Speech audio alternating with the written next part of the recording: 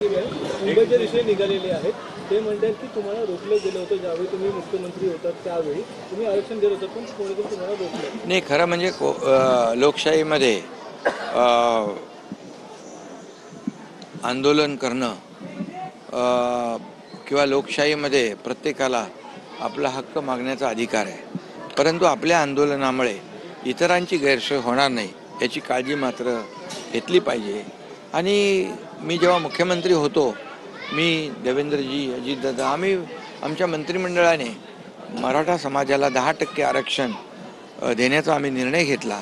मी जे जाहीरपणे छत्रपती शिवाजी महाराजांच्या पायाला हात लावून शपथ घेतली, 10% आरक्षण दिलं आणि ते आरक्षण आजही कायम आहे. त्यामुळे मला वाटतं या ठिकाणी मराठा समाजासाठी कुणबी प्रमाणपत्र देणं असो, मराठा समाजासाठी ज्या काही योजना लागू करणं असो, या सर्व योजना जस्टिस शिंदे कमिटी असेल, गायकवाड कमिटी असेल, त्याचबरोबर या ठिकाणी जे काही आम्हाला करता आलं ते मागासवर्ग आयोग असेल, याच्या माध्यमातून अनेक गोष्टी देण्याचा प्रयत्न केलेला आहे.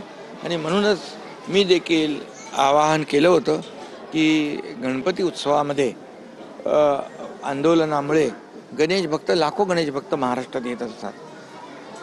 महाराष्ट्रातला गणेश भक्त आहेतच, परंतु देशभरातून, विदेशातून देखील मुंबईमध्ये गणेशोत्सवानिमित्त लाखो लोक येत असतात.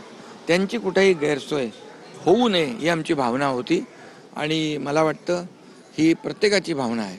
याचं भान आणि याची जी काय काळजी प्रत्येकाने घेतली पाहिजे. एक महत्त्वाचं, गेल्या वेळी ज्यावेळी मनोज जरांगे आले होते त्यावेळी तुमची मध्यस्थी झाली होती आणि ते वाशी टोलण्याकरून पुन्हा गेले होते. त्यावेळी जर गरज पडली तर पुन्हा एकदा तुम्ही जाणार नाही. यामध्ये आम्ही त्यांना जाहीर आवाहन केलेलं आहे, विनंती केलेली आहे की चर्चेतून प्रश्न सुटत असतात आणि चर्चेद्वारे प्रश्न सुटले पाहिजे, सुटतात. आणि त्यामुळे अनेक प्रश्न असे आहेत की चर्चेद्वारे सुटलेले आहेत. आणि त्यामुळे या ठिकाणी आंदोलनामुळे मी पुन्हा एकदा सांगेन की गणेश भक्तांची कुठेही गैरसोय होऊ नये याची काळजी मनोज जरांगे पाटील आणि त्यांच्या सर्व सहकार्यांनी घेतली पाहिजे.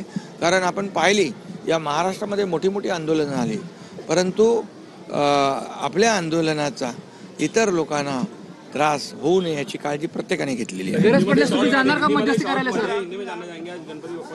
दर्शन लिए है, प्रार्थना भी की गई है, किस प्रकार से देखते हैं? गणपति का आगमन हुआ है, गणपति बाप्पा का गणेशोत्सव शुरू हुआ है और आज सभी के गणेश भक्तों के दिल में एक आनंद है, चैतन्य है, एक ऊर्जा, प्रेरणा है.